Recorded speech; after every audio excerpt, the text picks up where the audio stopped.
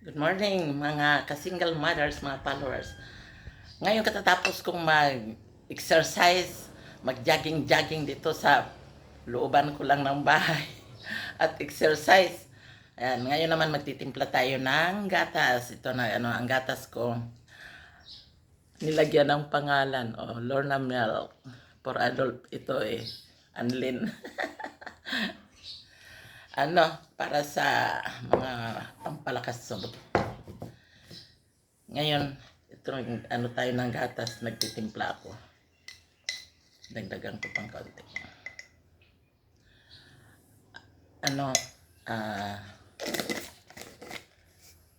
Pampalakas kay grabing pawis na wala sa akin ngayon pag jogging ko. Ganyan ako tuwing umaga. Kaso lang bihira lang akong mag-video, mag-vlog sa pag-i-exercise ko kasi minsan nagmamadali ako, hindi na makapag-video. At mag-isa lang, mahirap mag-video kasi mag-isa Single lang kasi ako ngayon, mayroon tayong ketchup. Ayan, ang ketchup na gamit ko ngayon. Tapos, nagawa ako ng ito yung sisig. Kagahapon-hapon ko pa ito niloto bago ako umalis.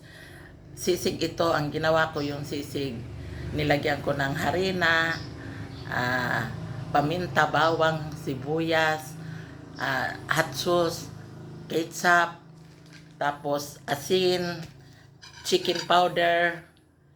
Yun ko. Ito ang hilig ko kasing gumawa ng mga kakanin na ginawa kong kakanin. At saka sugar, may sugar ito. Yan. Ito ngayon ang breakfast natin. Yung parang gagawin mong hot cake lang or torta. Tortang sisig ang tawag nito, tortang sisig. Nagtorta ako ng sisig, tortang sisig. At ito ang almusal ko ngayon. Talagang sadyang niluto ko ito kahapon. At yan, pang-almusal ko. Medyo kay nalamigan. Yan. Nalamigan.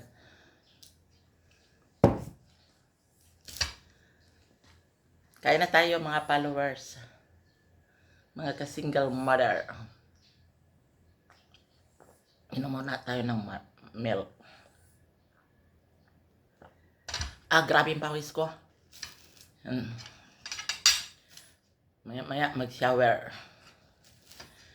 Kaya na tayo. Panginoong Diyos.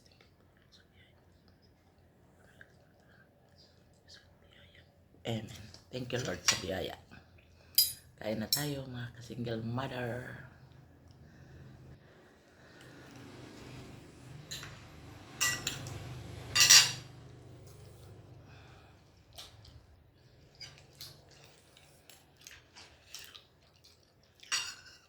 Ito ang ginawa ko.